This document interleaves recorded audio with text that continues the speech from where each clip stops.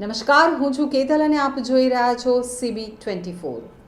સુરતના કાપોદ્રા વિસ્તારમાં આવેલ મનપા સંચાલિત સ્વિમિંગ પુલ ફરી એકવાર ગંદા પાણીના કારણે વિવાદોમાં આવ્યો છે। સુરતના કાપોદ્રાના સ્વિમિંગ પુલમાં પાણી ખરાબ આવતું હોવાથી સ્વિમિંગ કરવા આવતા લોકોએ વિરોધ નોંધાવ્યો છે।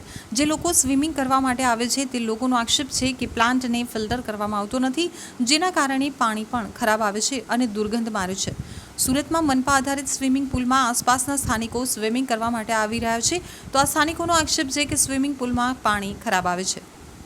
આ બાબતે મનપાને રજૂઆત પણ કરી છે, પરંતુ SMCના અધિકારીઓ જવાબ આપતા નથી, જેના કારણે આજે બધાએ સ્વિમિંગ પુલની બહાર જઈ અર્ધનગ્ન હાલતમાં વિરોધ કર્યો હતો।